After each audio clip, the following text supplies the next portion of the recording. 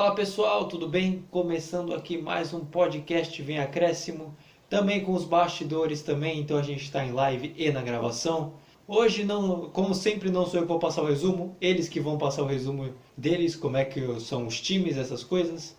Mas eu aproveitando já uma chamada já para live e também para você que está começando, se inscreva no nosso canal no YouTube, se está acompanhando a gente pelo YouTube, esse podcast é live obviamente.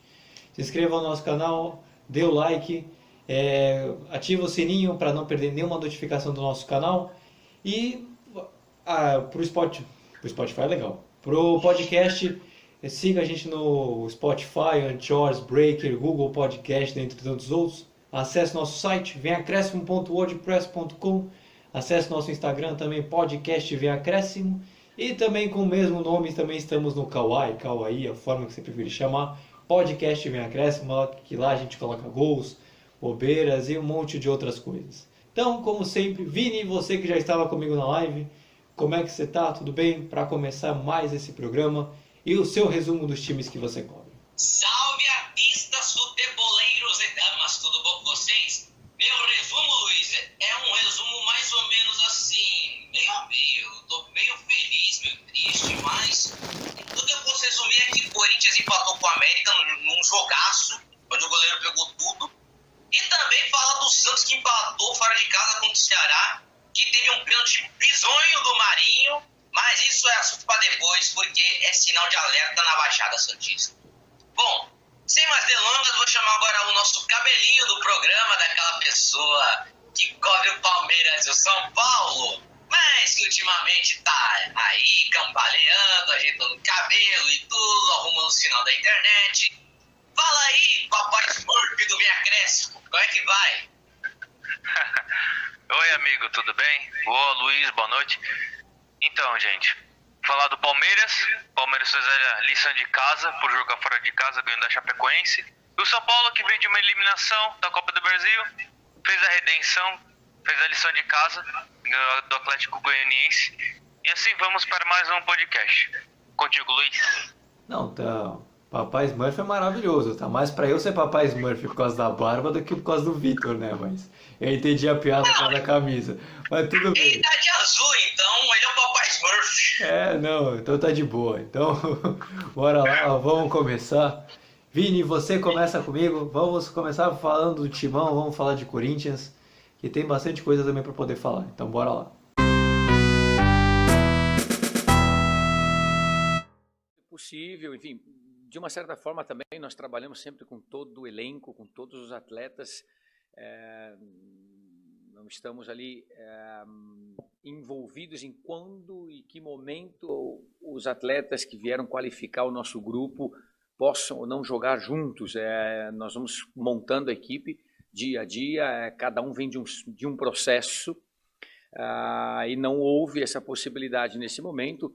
O último jogo fora de casa com o Atlético Goianiense, houve um desconforto ali com o Renato, ele não viajou, ficou, preservamos o atleta, ele construiu mais uma semana de trabalho muito boa e teve presente conosco aqui e já nos ajudou bastante na segunda parte também, por esse motivo. Os outros três estavam em campo, mas a gente não se atém realmente a isso, a gente busca fazer o melhor para o grupo e crescer esses atletas com muita calma. Então, começando aqui, falando do Corinthians, já passou a entrevista do Silvinho para você que está acompanhando o podcast, você que está vendo a live, depois escuta lá para saber qual foi o recorte que a gente colocou do Silvinho. E Vini, antes de mais nada, como é que foi a semana corintiana? Eita, Luiz, a semana do Corinthians foi daquelas onde o time treinou para empatar como sempre. Mas o que vos acontece é o seguinte, o Corinthians enfrentou o América Mineiro em Itaquera. É o reencontro do time corintiano com aquele que já comandou o time do Corinthians, que é o Wagner Mancini. Eita, será que rolou lei do ex em Itaquera? Nada disso. Bom, o que vos acontece foi o seguinte, nesse jogado, a nossa famosa fábula entre o time do Corinthians, que é o Aves, contra o Bayern de Munique do América, foi o América que começou pressionando desde o início. Fez um gol com 6 minutos de jogo com Marlon, depois de uma jogada de Mauro Zarate, ex-Racing, ex-Haas. Mas 1-0, todo mundo esperava que o Corinthians não iria reagir, porque contra esses times o Corinthians geralmente não conseguia reagir de jeito nenhum. Mas nos lances seguintes, quer dizer, nem deu 10 minutos depois do gol do América, jogada de Gabriel Pereira que tocou para o William, Roger Guedes tentou o chute, Matheus Cavicchioli defendeu, o Jô também tentou, mas não conseguiu porque é aposentado, mas o Jô rolou pro Giuliano, que finalmente marcou o seu primeiro gol com a camisa do Corinthians. Giuliano, que comemorou, ajoelhou, deu graças a Deus que vai carregar o piano, é o time. Bom, aí terminou o primeiro tempo naquilo, né? Pô, tava sendo um jogaço do caramba, né? Porque era ataque contra defesa, era os dois goleiros trabalhando, foi um bom jogo até de se assistir. Mas no segundo tempo, deu mais Corinthians do que o América. Quem trabalhou mais foi mais o goleiro do América do que o Cássio. Em muitas oportunidades era para ter sido 5-1 pro Corinthians se não fosse o Matheus Cavicchioli, se ele não tivesse inspirado. Ele defendeu cada bola, gente. Cada bola que o cara pegou, meu. Olha, deu raiva de assistir. Mas Cavicchioli pegando, botou o Corinthians na cova. Então, Cavicchioli cova aí, você já viu, né? Bom, 1-1, Corinthians continua estacionando em sexto, o América continua em 17º. Esse resultado ajudou São Paulo e Santos na parte de baixo da tabela. E agora o Corinthians, agora pela frente, vai ter um derby super, hiper importante que vai ser decisivo para o técnico Silvinho.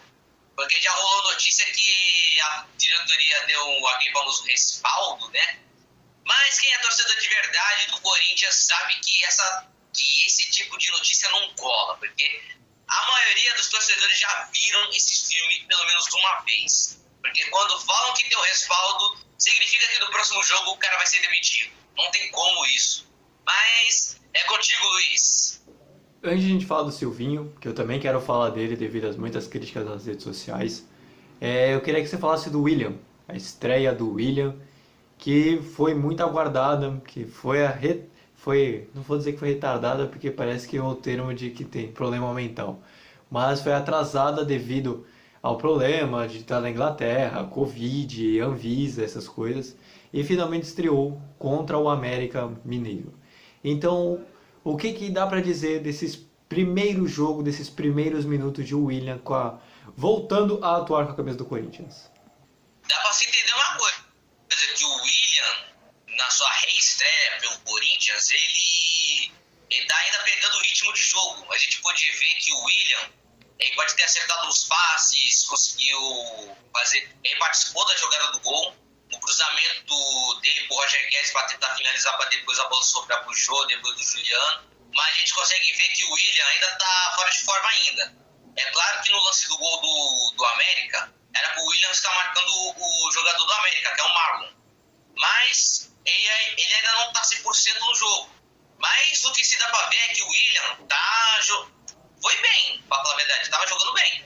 Mas por conta do desgaste de tudo e pelas alterações feitas pelo Silvinho, foi para preservar o jogador porque ele ainda não está 100% fisicamente. Mas o que se deu para ver foi o William fazendo uma boa reestreia, não errando passes, marcando. Mas em forma geral, o William ainda pode brilhar com a camisa do Corinthians, mesmo sendo o primeiro jogo ainda. E agora, quero que você fale do assunto justamente que você comentou quando falou da semana do Corinthians, que é do Silvinho. Foi muito criticado novamente, tá com uma campanha pífia dentro de casa, uma das piores nos últimos anos, e não consegue engrenar o time justamente quando a direção traz bons jogadores e coloca um quarteto no meio-campo daquele que o Corinthians consegue colocar, meio-campo / ataque. Então, o Silvinho vem sendo alvo de críticas justamente quando Mano Menezes deixou de ser técnico na Arábia. Será que isso tem alguma coisa a ver? Será que ele pode vir? Pode ser que de repente tenha alguma coisa com o Corinthians? O que dá para dizer da situação do Silvinho no comando corintiano? O que se dá para se dizer do Silvinho é que assim, muitos não acreditavam que o Silvinho poderia deixar o Corinthians entre os primeiros. Na época, o Silvinho foi contratado para tirar o time das zonas inferiores. Foi contratado para tirar o time perto do Z4. Mas agora, nessa virada de turno, a gente pode ver que o Corinthians agora tá brigando para ficar entre os primeiros, para jogar, vai para pré-Libertadores. É claro que o Silvinho, antes de ter os seus reforços, ele não estava tendo aquele rendimento das mais favoráveis. Mas o que se deu para ver, pelo retrospecto do Silvinho até agora, é a mesma coisa se a gente pegar o retrospecto do Corinthians no campeonato inteiro, né? Porque o Silvinho assumiu o Corinthians assim na primeira rodada do Brasileirão, sem botar as 2 partidas da Copa do Brasil, né? A gente pode ver que o Silvinho, até agora, não é que está fazendo um trabalho muito, muito ruim. Assim, ele está fazendo um trabalho mediano. O Silvinho, ele pode ser iniciante. Mas, galera, o Silvinho, ele não é um Fábio Carille da vida. Entendeu? O Fábio Carille, no seu primeiro ano de Corinthians, ele conquistou 2 títulos, assim. Mas já o Silvinho, ele tava fazendo estágio na UEFA pra ser técnico e tudo, teve licença pro e etc. E a diretoria do Corinthians resolveu contratá-lo exatamente para isso, porque o cara conhece o clube e para ele ter pelo menos a sua experiência dentro do seu clube formador, né? Porque só no Brasil, o Silvinho comandou o Corinthians, só no Brasil ele só jogou no Corinthians. Aí, quando ele saiu do Corinthians, ele passou por Arsenal, Barça, foi pro Manchester City, onde encerrou a carreira por lá. Mas agora a gente tá vendo que a sequência do Silvinho agora tá assim. É o primeiro jogo que ele já tá com o quarteto em mãos, assim. Ele tá com o William, Renato Augusto, Roger Guedes, ele está com o Juliano. É a primeira vez que ele tá comandando o quarteto. Mas, cara, só nesse jogo a gente viu que foi um embate épico contra o América. Foi um jogaço mesmo. Mais do que muitos se criticam é dessa sequência de empates. Tem gente que fala assim, era pro Corinthians ter ganhado algumas partidas e tal, era pra ter ganhado sim. Teve umas que falhou por um detalhe individual, ou porque o outro time foi traiçoeiro de ter conseguido furar o bloqueio da defesa, e também de alguns tropeços que acontecem no futebol, claro. Mas o Corinthians, vale ressaltar que o Corinthians faz uma melhor campanha como visitante do que mandante. Como mandante, só tem 33% de aproveitamento. Tem gente que fica falando assim, o Silvinho não conhecia a casa do Corinthians, não sabia como é que era jogar na Arena Corinthians, é por isso que tá com esse aproveitamento. Também tem esse ponto, entendeu? Tem esse ponto. Mas tem muitas coisas que ainda tem muita coisa a evoluir, porque o Silvinho já chegou a falar em umas coletivas que ele não se prende a alguns sistemas, ele não se prende a algumas coisas. Mais do que todo mundo também pega no pé do Silvinho é das substituições. Porque são 5 substituições, só 5 para fazer. E o Silvinho geralmente utiliza 2, 3, ele não usa todas as 5, entendeu? Porque às vezes tem isso, de jogador sair de campo com lesão, de tirar por tática, mas ele não usa, não. Entendeu? No caso, ele não usa por análise tática alguma coisa. E o que a gente pode ver nesse trabalho do Silvinho é esse. É um trabalho mediano, entendeu? Mas tem muita coisa para melhorar ainda nesse time, entendeu? E para concluir, Luiz, esse é só o primeiro jogo do quarteto, então para ficar criticando o Silvinho com o quarteto já disponível, aí já acho meio exagerado ainda. Então, depois dessa análise praticamente do trabalho todo do Silvinho, o Vini já cantou qual é o próximo jogo do Corinthians. É contra o Palmeiras em casa, 7 horas da noite no sábado, pelo Campeonato Brasileiro. Vini, clássico é clássico e vice-versa. Eu amo essa frase porque não tem qualquer sentido. E o que dá para esperar desse quarteto corintiano que vai sair no seu segundo jogo? O Corinthians vai ter uma semana livre para poder treinar contra um Palmeiras que vai estar na Libertadores e muita gente coloca como talvez um dos favoritos, não só a conquista da Libertadores, mas também do Brasileiro. Então o que dá para esperar desse jogo? Bom, visando de um derby em Itaquera, o Palmeiras e o Corinthians estão vindo de uns momentos distintos, assim. O Corinthians está vindo de 3 vitórias seguidas e de 3 empates seguidos.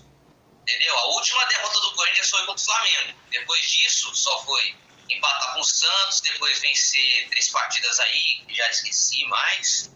E ainda tem esses 3 empates aí, contra o, se não me engano, o Atlético Goianiense, o América, e agora tem um outro adversário aí que eu esqueci completamente, é o Juventude. Agora eu lembrei, o Juventude.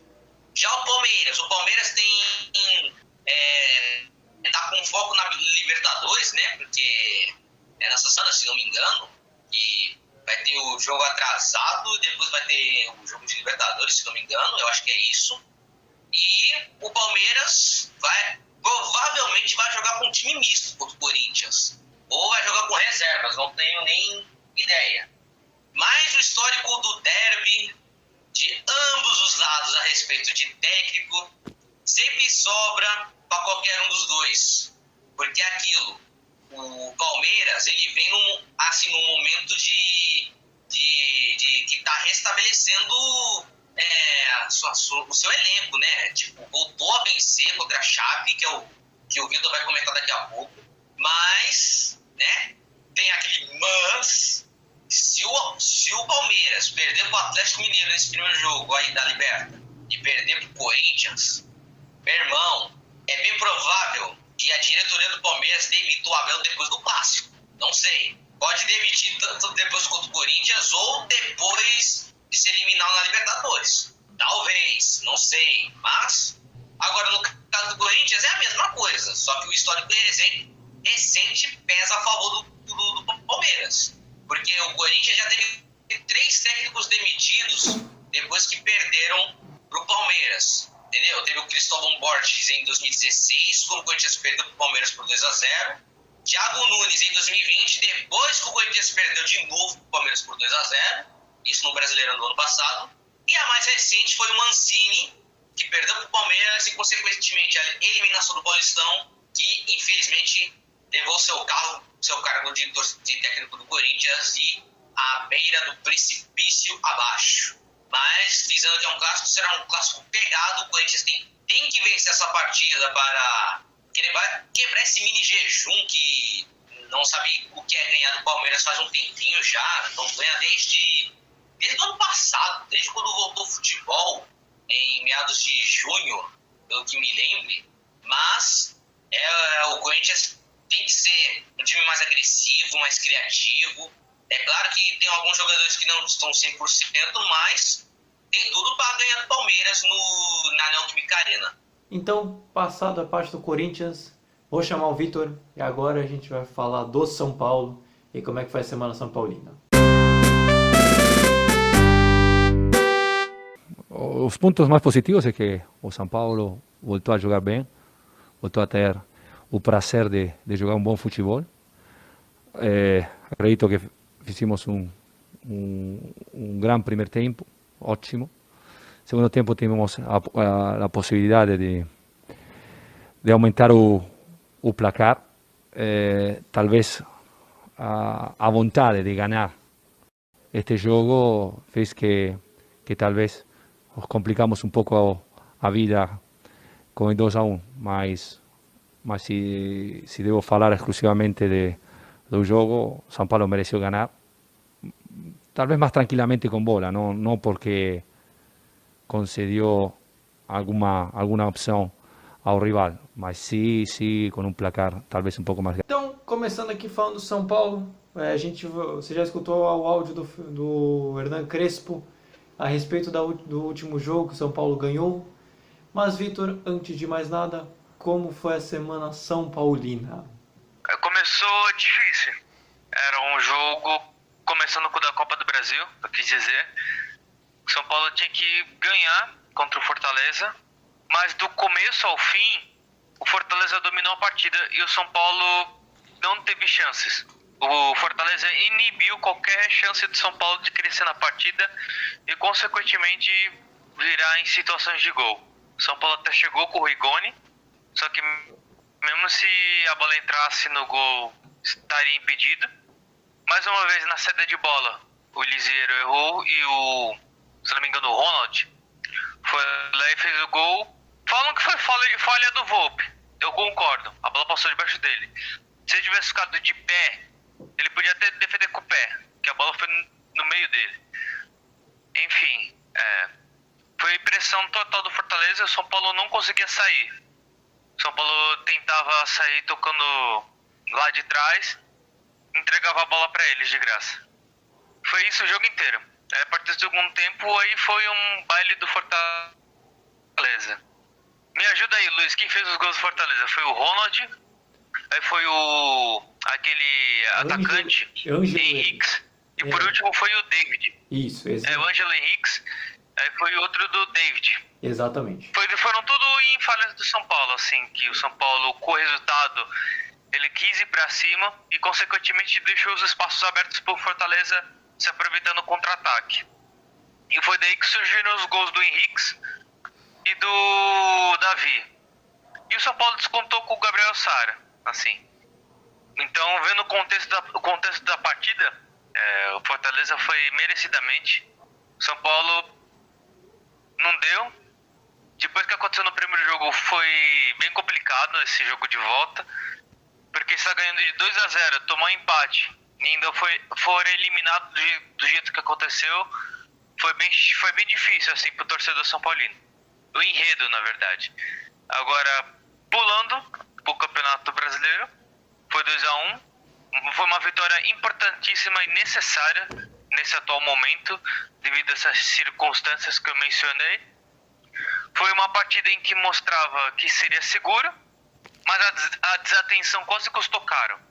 O São Paulo começou melhor o jogo, com pressão, em chutes do Igor Vinícius, Arboleda, Rodrigo Nestor e Gabriel Sara, e a mudança do esquema tático, que ele estava jogando no 3-5-2, jogou com 2 zagueiros dessa vez. E o Atlético conseguia chegar em algumas escapadas com o André Luiz, mas não assustava. O primeiro gol saiu depois de insistência. Rodrigo Nestor, quando tem a chance de chutar pro gol, ele chuta lá pra lua. Quando é assistência, ele acerta. Ele cruzou e o Rigoni abriu o placar. Rigoni mais uma vez. O André Luiz chegou a empatar, mas ele está impedido. Na segunda etapa, o Atlético veio para cima, com desvantagem no placar. Chegou com o Janderson, mas o Volpi defendeu. O São Paulo rebateu com o Galeano, que ele entrou bem e jogou bem na partida. Mas o Luciano conseguiu furar a defesa adversária, aumentando o placar. Logo depois, as substituições do São Paulo fizeram o time sofrer uma pressão desnecessária no segundo tempo, que por pouco não resultou em empate do Atlético Goianiense. Faltou pouco. E o torcedor São Paulino já conhecia esse enredo. Do São Paulo abrir 2-0 e tomar empate. Dessa vez não. Dessa vez, as forças superiores disseram: o São Paulo vai ganhar essa partida, mesmo com um sufoco. E foi isso até o final. Foi uma vitória suada. O time cansou no segundo tempo, mas foi aguerrido. Há quem diga: caraca, agora que eu tô vendo no meu resumo, eu não coloquei o gol do Atlético Goianiense. Caraca, enfim, foi gol do Fernandes, se eu não me engano, do Atlético Goianiense. Uma jogada do André Luiz, ex-Corinthians, ou é Corinthians, que ele pertence do Corinthians. Diga más línguas são paulinas que o Volpi falhou. Enfim, foi mais uma falha de atenção do sistema defensivo de São Paulo. E uma falha minha que eu esqueci de colocar no meu resumo o gol do Atlético Goianiense. Pra você ver que eu já tô traumatizado em colocar falha do goleiro aqui nos meus resumos. Não, tudo bem, a gente perdoa. A produção depois vai procurar de quem foi o gol mesmo, só para poder trazer. Mas, não, realmente, essa eu adorei quando você falou que o torcedor São Paulo está traumatizado 2-0 pro empate, porque é mesmo. O retrospecto, para quem não sabe, foi com o jogo contra o Fortaleza, foi assim mesmo. Mas eu não vou falar da Copa do Brasil, porque da Copa do Brasil a gente já falou nas lives já de sexta-feira. Então, você que está acompanhando e quer saber que a gente falou da Copa do Brasil, vamos ver se sobe um card aqui em cima, porque não sei se sobe card em live. Mas qualquer coisa, acesse o nosso canal, só ver o nosso último conteúdo, nossa live que a gente falou da Copa do Brasil melhor. Mas agora eu queria falar com você, Vitor, ainda falando do Daniel Alves, apesar de ele não ser mais jogador, foi o grande assunto de hoje da parte do São Paulo, as grandes notícias falaram de hoje, foi da dívida do Daniel Alves com o São Paulo, que o São Paulo vai ter que se... Não vou dizer que vai se desdobrar para poder pagar, mas vai ser vai pagar em bastante tempo, acho que é 60 vezes, se não me engano, coisa assim. Eu sei que é coisa pra caramba, eu sei que é muito tempo pra poder pagar e que vai tirar um bom dinheiro, e que vai ser uma economia muito grande para os cofres também são paulinos. Então, eu queria que você comentasse um pouquinho a respeito dessa situação do Daniel Alves, o que você acha? Assim, quem fez o gol do Atlético Goianiense foi Matheus Barbosa. Não foi o Fernandes, foi Matheus Barbosa. 60 parcelas de 400 mil em 2026. E o São Paulo economiza 32 milhões. Até 2020 tivesse que pagar o dinheiro integral até 2022. Vai economizar 32 milhões, ou seja, por um lado, deu uma minimizada. Se fosse pra justiça isso, São Paulo ia pagar uma bolada. Mas conseguiu resolver aí. São Paulo, ele mostrou que com essa nova diretoria que está responsável. Aguentou até onde foi. Aí chegou uma hora que basta, né? Porque ia complicar tanto São Paulo e o Daniel Alves não ia complicar para ele porque ele ia receber de qualquer maneira. E o São Paulo ia afundar. Não sei se ia chegar perto de um Cruzeiro da vida, não sei. De estar devendo milhões para algum jogador, enfim. Mas creio que agora o Daniel Alves sendo disputado por vários times, ele, como o Fluminense, por exemplo, que entrou na briga, o Atlético Paranaense, que ele siga a vida dele. Mas eu creio que, assim, eu vendo esse enredo do começo até o fim, eu achei até triste, porque, pô, Daniel Alves é um cara que, né, importante, assim, tudo. Ele tem os direitos dele e tudo mais. Do jeito que foi, prometeram e não cumpriram, entendeu? Foi uma coisa de uma outra diretoria, a outra diretoria que chegou agora não conseguiu cumprir, assim. Mas também ela tem seus motivos. Da pandemia, tudo, cortaram os gastos, tudo. Então, não deu muito certo essa passagem do Daniel Alves. Pelo menos teve aquele mantra, né? Que todo time que o Daniel Alves passa ganha título. Daniel Alves passou pelo São Paulo ganhou título. Beleza, conseguiu o que queria. Daniel, tchau. Se for ver assim. Foi praticamente isso mesmo. Foi aquele negócio onde ele passa, ganha título, ganhou o título, foi embora. Foi verdade, pensando dessa forma, foi assim mesmo que aconteceu. Mas eu queria falar de um outro jogador que tem uma identificação com a torcida também, né? Que é o Caleri. Ele reestreou nesse último fim de semana. E também eu queria até aprofundar um pouquinho mais falando desse ataque do São Paulo, que agora com o Rigoni, o Luciano recuperado e Caleri, talvez até mesmo o Vitor Bueno e Pablo, que são muito criticados, foram e são muito criticados pela torcida do São Paulo, provavelmente vão dar um tchau e acho que vão amargar um banco por um bom tempo. Olha, Luiz, eu gostei muito dessa sua pergunta, porque estava engasgado na minha garganta. Os 15 minutos do Caleri ontem, ele fez mais que o Vitor Bueno e o Pablo no ano todo, até agora. Teve uma jogada que ele fez um pivô, ele fez a famosa parede e tomou a falta, tudo que o Pablo e o Vitor Bueno não conseguiam fazer. Que é uma das coisas que não só São Paulo, mas outros times gostam. Que assim, quando você tá apertado, joga a bola no seu centroavante, que ele faz o paredão, o pivô, ele só sofre uma falta. Ou seja, conseguiu que a bola chegasse no campo de ataque e dar uma respirada para a defesa, vendo nesse contexto. Quando era o Pablo e o Vitor Bueno, jogava a bola neles, voltava. Jogava a bola neles e voltava. Não tinha refresco, não tinha um descanso para a defesa. Então o Caleri, ele se movimentou bastante ontem. Ele fez uma jogada que se o Rigoni chegasse assim antes, o São Paulo poderia ter ampliado o placar em 3-1. Aí teve uma jogada que ele recebeu de cabeça, deu uma cabeçada assim, foi pro alto, ele conseguiu ganhar na corrida do zagueiro e fez lá um passe lá. Ou seja, deu continuidade à jogada. Se fosse outro, ia dar uma cabeçada pra cima, uma resvalada, e olhar pra cima e abaixar a cabeça e voltar. Não, ele deu uma resvalada, tudo, olhou pra cima e saiu correndo atrás da bola. E ainda conseguiu pegar a bola. Ou seja, essa gana, essa raça que todos nós, não só o torcedor de São Paulo, mas santista, corintiano, gosta de ver do seu time, do seu jogador. Então eu acredito que o Caleri, com o tempo assim, com a forma física, eu acho que ele vai ser bem importante pro São Paulo. Então agora, pra gente fechar do São Paulo, não aprofundar também, não esse áudio ficar muito longo, falar de um jogo que é duro, que é importante para o São Paulo também, que é contra o América Mineiro, quarta-feira, em casa, 8h30. É isso mesmo? Quarta-feira? Eu acho que eu anotei certo, né? Depois eu vou pedir. Isso. Não, eu anotei, não entendi nem minha letra, mas tudo bem. Pelo Campeonato Brasileiro. Então, Vitor, o que dá para falar desse jogo do São Paulo? O que dá para esperar desse jogo importante para o São Paulo ao longo da semana? Visto que o América também está mais ou menos na mesma zona, entre aspas, que o São Paulo hoje. Nesse contexto é muito importante a vitória.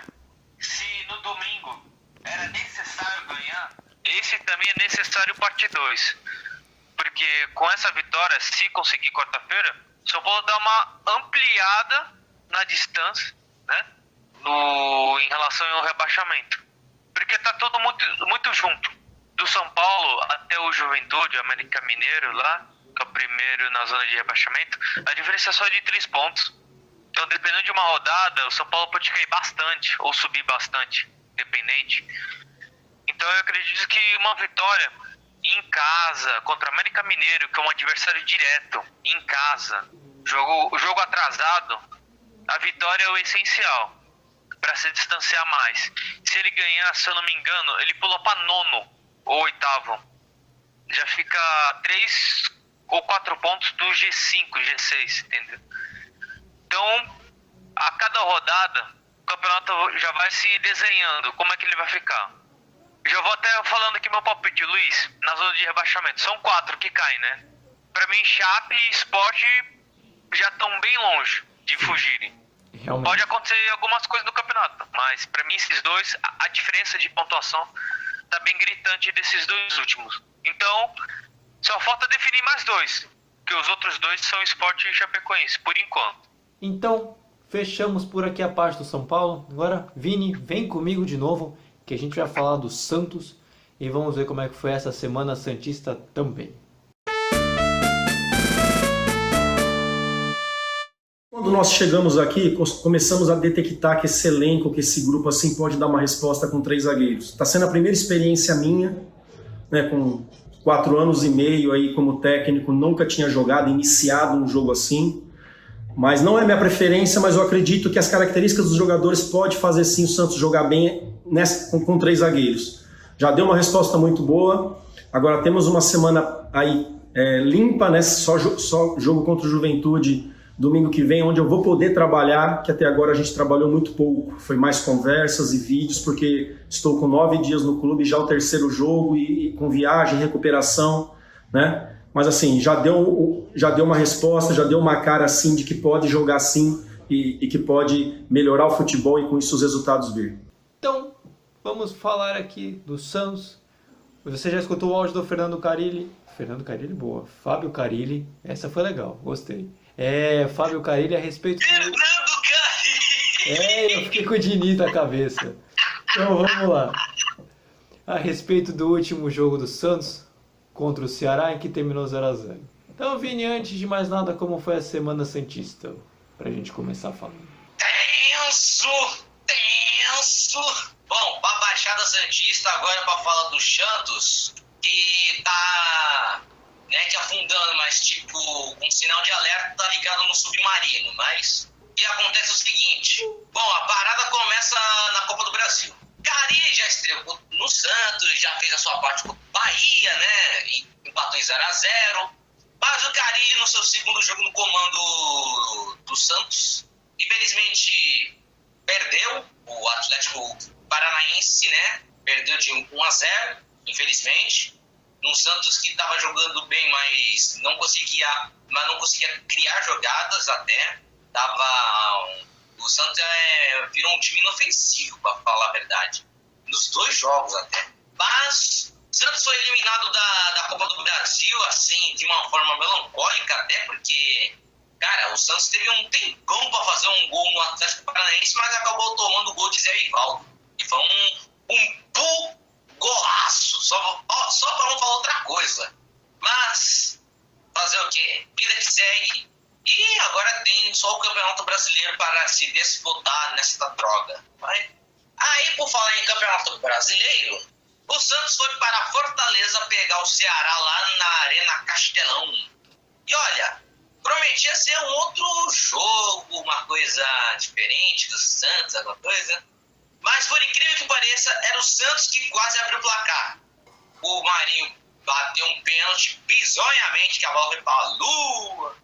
Mas, infelizmente, ficou no 0-0 e nada mais aconteceu. O Santos ainda tomou pressão do Ceará, mas a pressão do Ceará não virou em gol, graças ao João Paulo, que está pegando muito. Se não fosse pelo João Paulo, o Santos já estaria em 18º, galera. Eu não tô zoando, não. Se não fosse pelo João Paulo, o Santos já estaria em 18º na tabela de classificação. Contigo, Luiz. Não, vamos falar da zica do time, né? Porque até então o Santos estava com oportunidades, assim, por mais que não estivesse bem no campeonato, nunca demonstrou muita coisa também para poder ganhar os jogos. E nesse agora contra o Ceará, o time fez até um bom primeiro tempo assim que foi melhor. E aí vem a parte da zica, né? Vem o pênalti que o Marinho o Marinho pegou, vou bater, meteu na lua, escorregou, uma coisa assim, bizonha. E aí o Santos não teve mais nenhuma outra oportunidade. Dá para dizer que já precisa jogar sal grosso em torno da Vila Belmiro para poder ver se de repente melhora essa situação? Luiz, eu não chego a demonstrar para todo mundo que eu sou uma pessoa supersticiosa, assim, a crer nesse ponto de jogar sal grosso para ver se melhora. Para muito, sal grosso espanta a zica, tá ligado?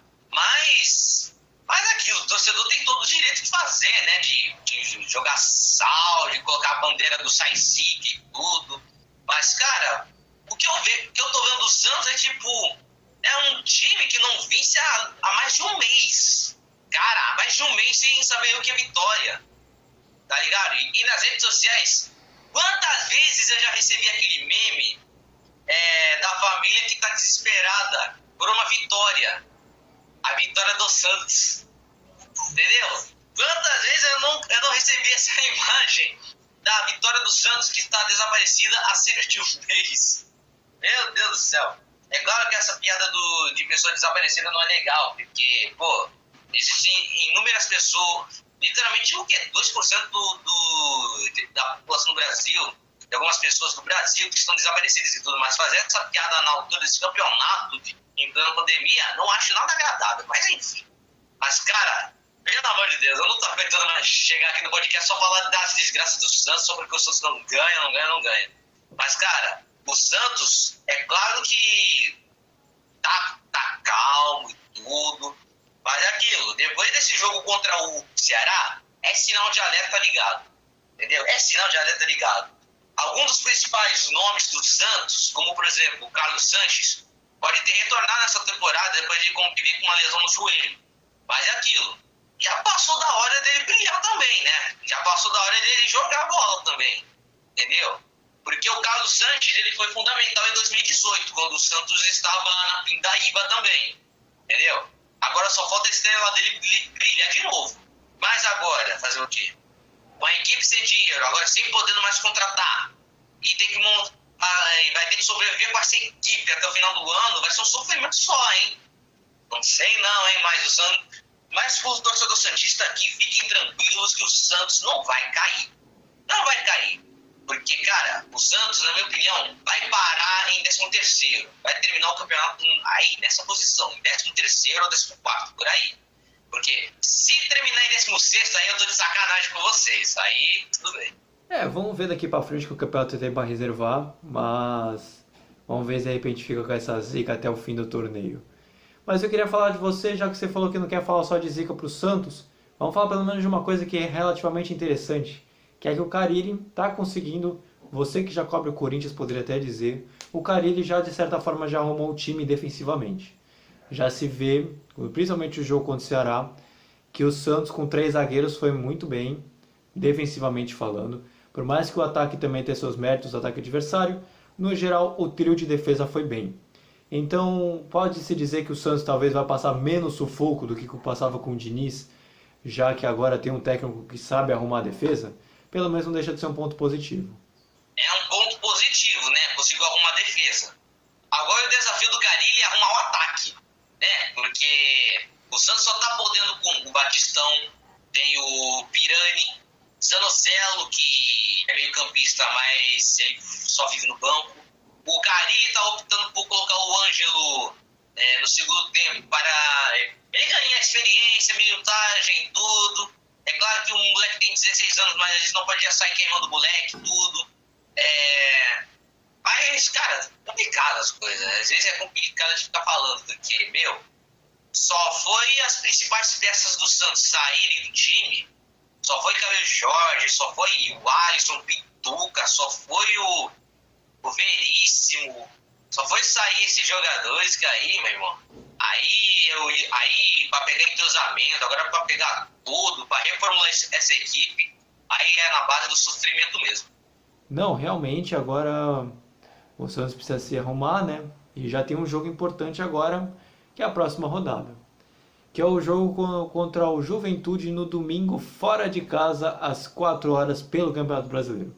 Assim como eu falei com o Vitor sobre o São Paulo, esse jogo também contra o Juventude também é essencial para fugir da zona de rebaixamento, já que Santos e Juventude estão praticamente na mesma posição. Então pode ser um jogo essencial para o Santos pensar em vitória. Não tem jogo melhor para ganhar do que esse, voltar a vencer. Luiz! Não existe um confronto melhor do que um Palmeiras e Corinthians. Mentira, vai. Bom, esse confronto aí contra o Juventude, a gente viu no primeiro turno que foi que o Santos empatou em 0x0 com o Juventude num jogo chato. Chato, meu irmão. Nossa Senhora. Eu não esperava que o Santos iria empatar no primeiro turno, mas faz o quê? Agora, segundo turno, mudou algumas coisas. Agora que o Santos agora vai enfrentar o Juventude lá no Alfredo Jaconi, cara, será um jogo difícil pro Santos. Difícil. É claro que quando o São Paulo e o Palmeiras passaram por lá, no Jaconi, o Palmeiras teve mais facilidade, né? Porque naquela época estava em alta e tudo, começou bem no Brasileiro. Já o São Paulo é que tá cambaleando também, mas conseguiu um empate fora de casa, aquele 1x1 contra o Juventude. Agora, contra o Santos, o Juventude também não tá aquelas coisas também. O Juventude também, por incrível que pareça, só tá montando sua equipe agora, literalmente. Passou o primeiro turno do Brasileirão inteiro só montando sua equipe, com contratações, se movimentando no campeonato. Eu vi que o Juventude havia contratado o Quinteiro até um mês atrás aí, o Quinteiro, que era o zagueiro do Fortaleza, galera. Acreditem se quiser. E agora? Bom, o Santos precisa agora usar o seu coletivo, usar a cabeça e ter em mente que nem tudo é impossível para escapar do rebaixamento. Porque é aquilo. Depois, vou até olhar aqui na minha tabelinha, que é o seguinte. Porque o Santos pega o Juventude e depois o Fluminense. Aí depois tem um clássico contra o São Paulo. É um jogo, essa sequência de jogos pro Santos serão complicadas, assim. Porque o Fluminense e o São Paulo são confrontos importantes, até porque é um jogo de 6 pontos, quer dizer, 9 pontos para se distanciar de vez da zona do rebaixamento. O primeiro desafio será contra o Juventude. Juventude também vem aquelas coisas, empatando, mas de vez em quando dá uma arrancada, depois para. Mas essa sequência do Santos, depois contra o Juventude, que é o que eu vou comentar na próxima semana, será difícil. Porque, cara, pegar o Fluminense é dose, cara. É dose. Apesar que o Santos vai jogar em casa, depois vai pegar o São Paulo fora e tudo, será uma sequência nada favorável pro Santos. Será difícil, mas tem tudo pro Santos pelo menos arrancar pelo menos 3 pontos. Uns 3 empates, sei lá, pelo menos uma vitória e 2 derrotas também. E assim por diante. Vou deixar os torcedores santistas dormir em paz, pelo menos, depois dessas rodadas. Então, a gente fecha aqui a parte do Santos. E agora eu vou chamar o Vitor, que agora a gente vai falar do último e não menos importante time, que é o Palmeiras.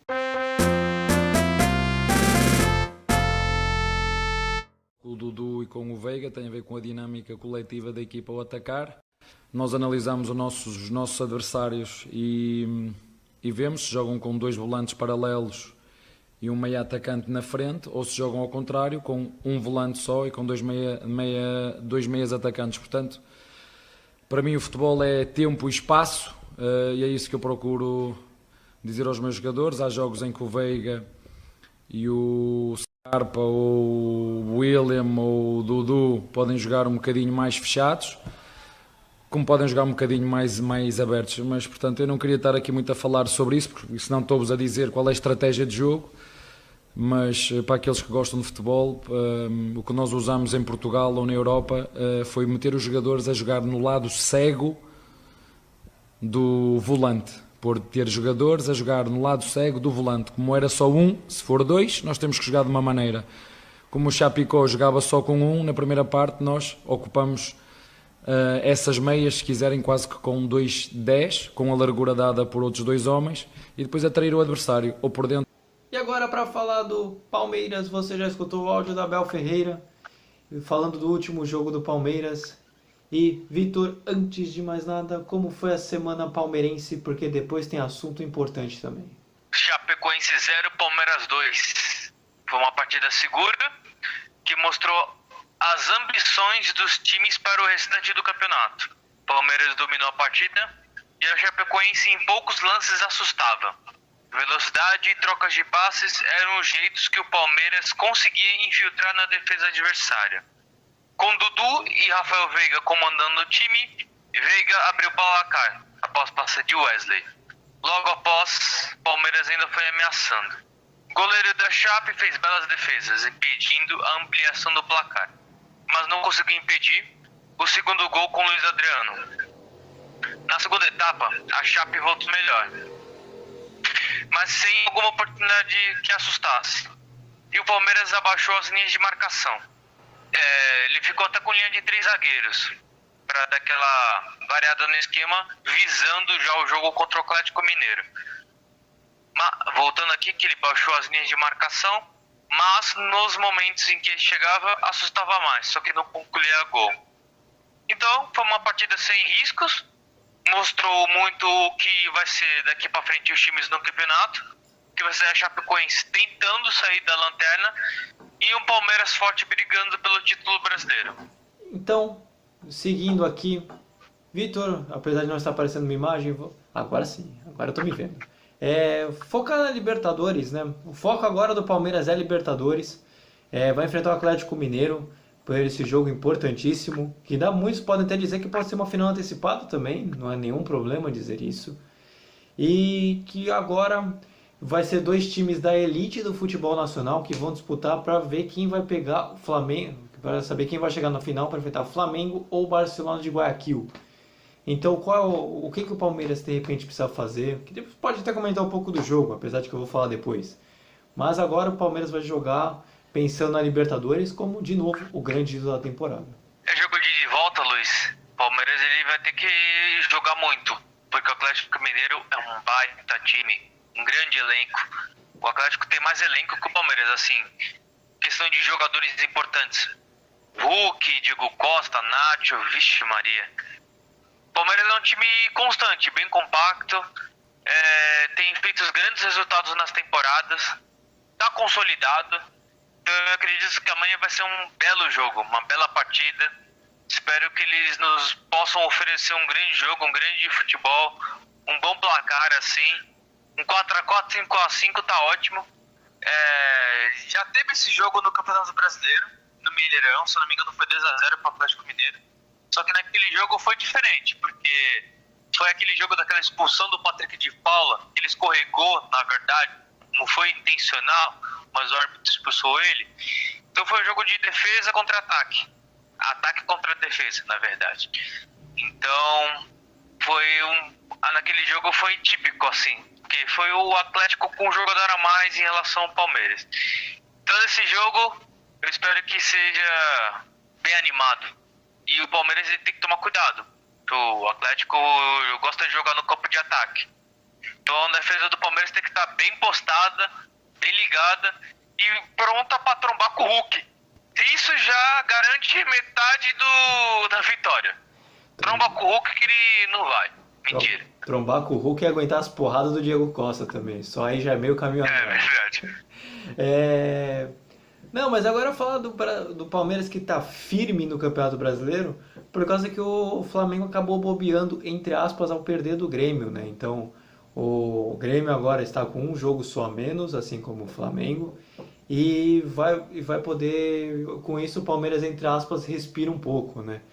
Então eu queria falar um pouco que hoje o Palmeiras, dos três principais favoritos, vamos colocar assim, é o menos cotado, por incrível que pareça, para ganhar os dois títulos, né?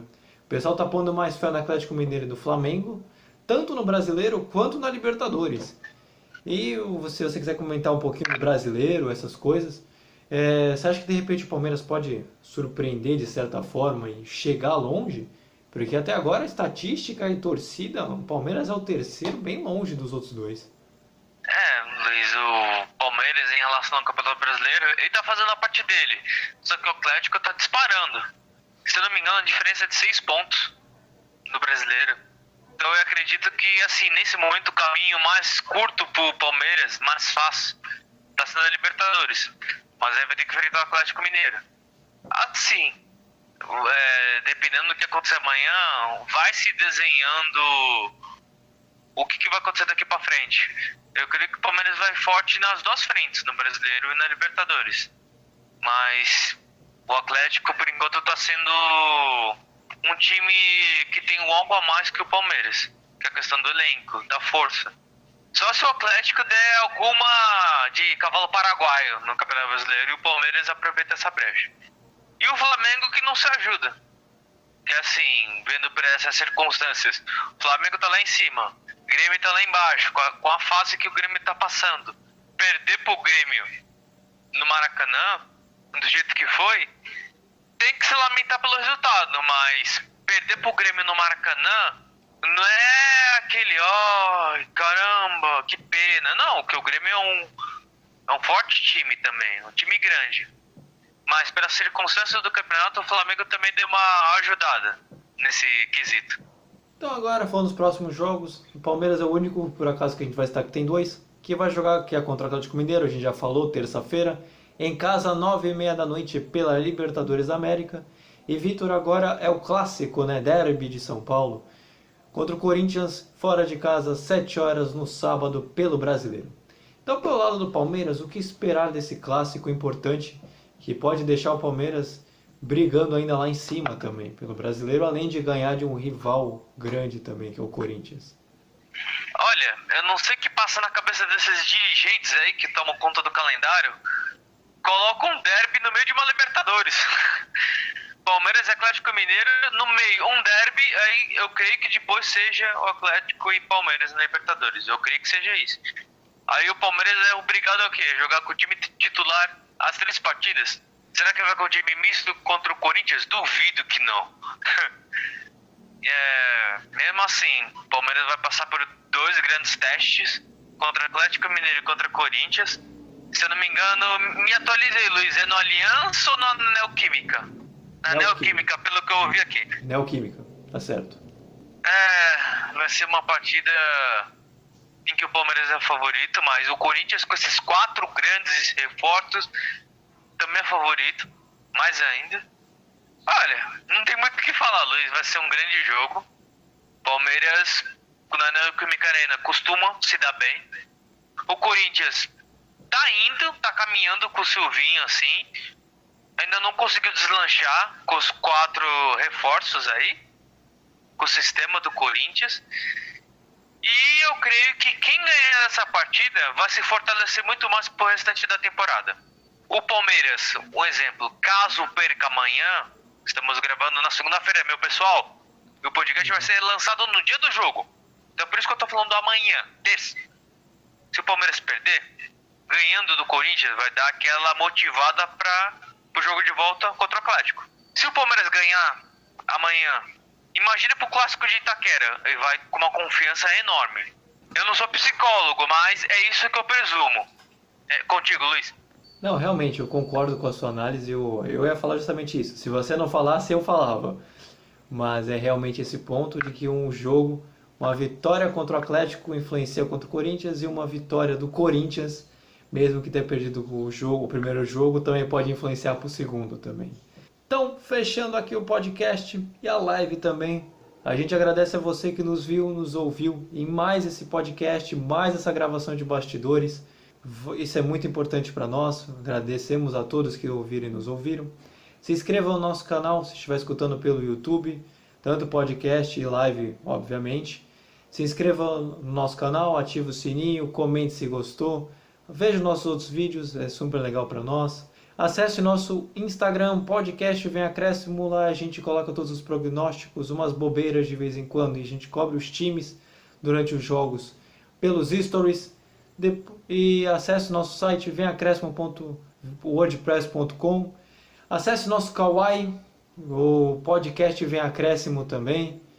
E dentre tantas outras coisas, para fechar, acesse nossos agregadores de podcast, Spotify, Anchor, Breaker, dentre tantos outros que a gente solta o nosso podcast também. Então, Vitor, Vini, obrigado por terem feito também mais essa live e esse podcast comigo. Foi muito legal, o assunto todo foi muito da hora. E agora, para fechar, Vini, qual é a reflexão da semana? A frase é a seguinte: você sabe que um relacionamento não vai dar certo quando você conhece uma pessoa na balada e no mesmo dia ela te chama de vida. E realmente, isso é mesmo. Para quem tem história, pode confirmar, se quiser solta até nos nossos comentários aí, né? Mas, então eu confirmo, eu tô assinando ali embaixo, então. Então, vamos fechar aqui, né? Vitor, pode se despedir do pessoal já. Mandar um abraço, beijo, salve. O espaço é seu. Agora o momento é meu. Também. Agora é seu. Se é assim, o momento é meu. Boa semana a todos. Tá passando muito rápido, Luiz, eu tô ficando com medo. Já estamos dia 20 de setembro. Exato. Daqui a 2 semanas é outubro. Dia das Crianças. Presente. Nossa Senhora. É Nossa Senhora, né? Isso. É, Nossa Senhora, Dia das Crianças, Dia das Bruxas, Dia do Professor. Olha, outubro tem uns feriados aí, pô, vai ajudar pra caramba alguém aí, né? Valeu, gente. Boa semana. Valeu. Vini. Valeu, fui. Vapo. Vini, o espaço é seu, pode se despedir também da galera. Bom, encerrando mais um podcast, meus queridos, minhas queridas, mais um podcast aí na parada, mais uma live também. Espero que vocês tenham gostado. Não vou nem falar para se inscrever no canal, nem para deixar o like, porque o Luiz fala isso toda hora. Mas, enfim, podcast que completou 1 ano semana passada. Graças a Deus, 1 ano de podcast, de tudo. Nos siga nas nossas redes sociais, se inscreva aí, deixa o like. E vamos encerrar daquele famoso jeito de sempre. Vou até mudar a telinha, porque agora é um momento de todo mundo cair para a esquerda.